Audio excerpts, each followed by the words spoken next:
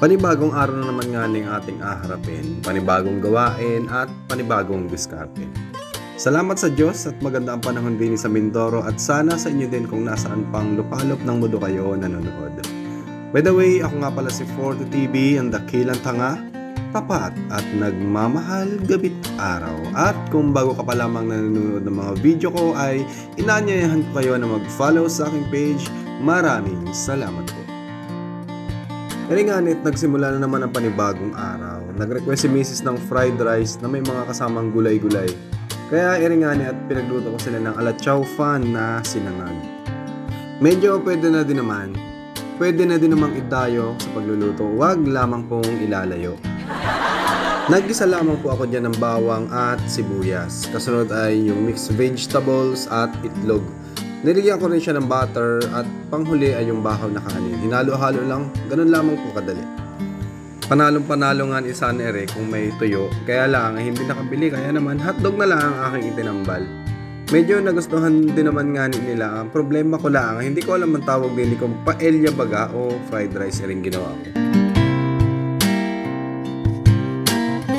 Pagkakain ay inakyat ko rin isang puno ng nyog dahil marami na daw to yung nyog, sabi ni Bianan. Palibasa nga ay walang lalaki din eh. Pag naawi kami dito sa nauhan ay inakuha ko at sayang naman, may rin panggasto sa bahay kapag naibenta. Tapos nagtiba din ako ng 2 buwig na saging kaya lang ay hindi ko na na-videohan dahil nalobat ako. Minadali ko na nga yung paglupas ng nyug dahil nagabadyan na yung malakas na ulan.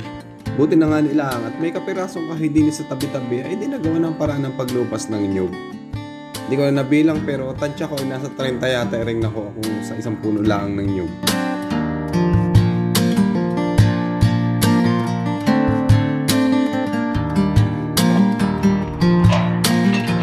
Pagkatapos naman nun, ibang pagkakakitaan naman ang aking hinarap.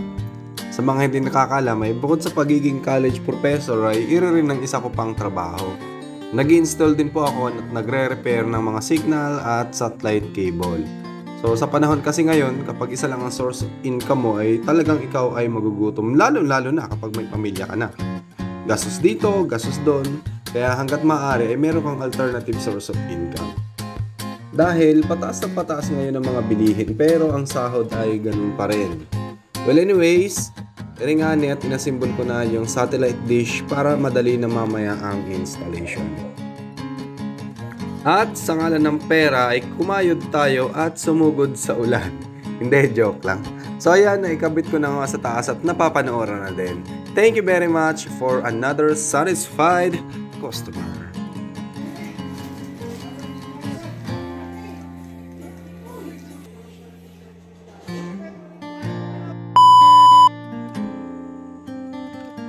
Dini nga ni pala sa nauhan ay meron na ding save more.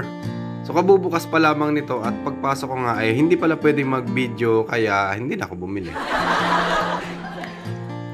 Medyo dumadami na rin ang mga establishment dito. At kung hindi nyo pa alam ay nandito po sa nauhan ang nag-iisang sports complex sa Oriental Mindoro. Yo guys, nandito ako sa Oriental Mindoro Sports Complex. Sinamantala ko na rin nga ang punta ko dito at pinasyalan rin kagagawa pa lamang na sports complex dito sa nauhan. So dito ginanap yung nakaraang provincial meet, sayang nga lang at hindi ako nakapanood. Like ko kasi itong nadadaanan at ngayon lang ako nakapunta dito. Anyways, hanggang dito na lamang po muna for today's video at mag-ingat po tayong lahat. Maraming salamat po!